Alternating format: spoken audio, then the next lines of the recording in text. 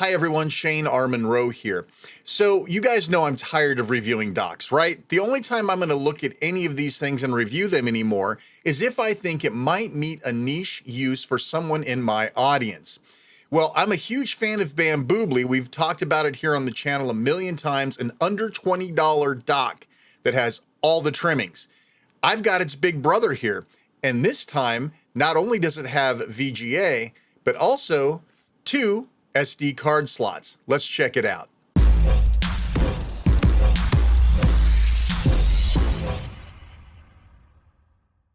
And here we have the Sanfag 2023 Steam Deck Dock 8-in-1, if this looks familiar to you, because it probably looks exactly like the Bambluby, the dock that I've been pushing since I found it as being one of the cheapest docks possible with the most amount of features. This one clocks in at $17.50, making it the absolute cheapest dock I've ever laid my hands on that has full features. Let's go ahead and open the box. The box looks exactly like the Bambluby box. I swear they're all made by the same people. Inside we have the dock itself along with the tray liner, if you will, that you'll have to install yourself. But otherwise it looks a lot like the Bambluby. But let's take a look at the back, shall we? So first off, on the side, we have VGA, which is very, very rare. We have PD 3.0, HDMI, two SD card slots, two USB 3.0s, and a 1 gigabit Ethernet adapter. Pretty much giving you everything you need outside of a display port.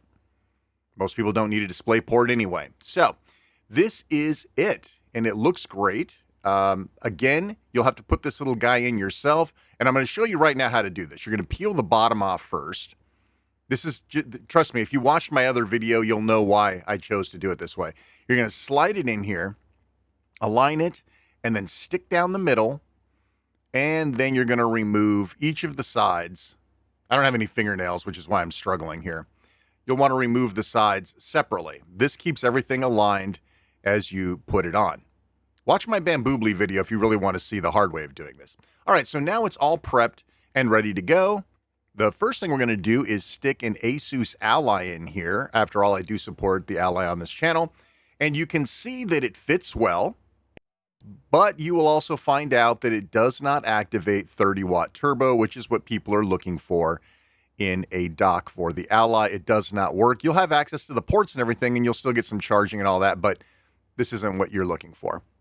Okay, so we're going to go ahead and insert the full-size SD card as well as a micro SD card. A lot of times when you have two ports, you can't use them at the same time.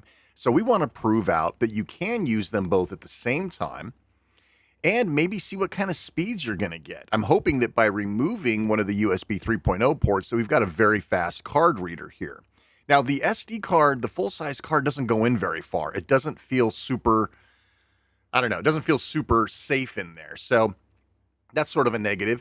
The SD card is a click-in kind for the micro SD card, so that one's just fine. We're going to plug in a mouse. We're going to plug in a keyboard so we can do some testing on here. We are using, I believe I'm using the Asus power supply at 65 watts. It should be fine. You did see that they popped up, so let's go ahead and look in USB, see if both of them are here, and they are. So let's go ahead and mount both of these, and we'll pull something off of each one.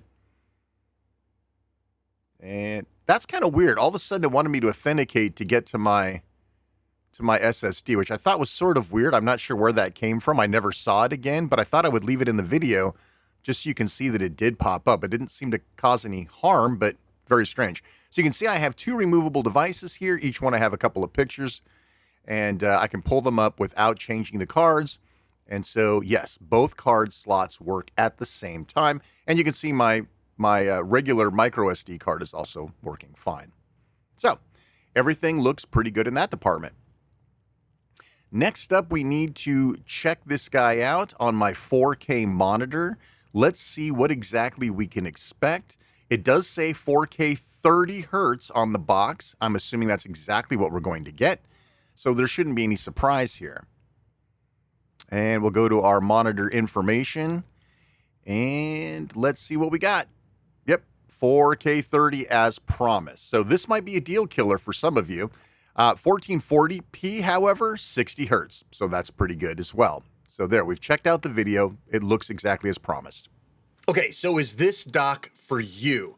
The only thing that I would even remotely consider a problem with this dock is if you need more than 2 USB ports, right? Because they took one away for the SD card readers, or if you need 4K 60 hertz versus 4K 30 hertz. Those are the only drawbacks, and this thing is $17.50 on Amazon. It's a no-brainer. There's no reason you should be paying $40, $50, $60, $100 for a dock when this guy does the job. I'm Shane Armendro. If you like what you saw today, please hit the little bell, like, subscribe. You guys know what to do. Always appreciate you watching my channel. We'll see you next time. Take care.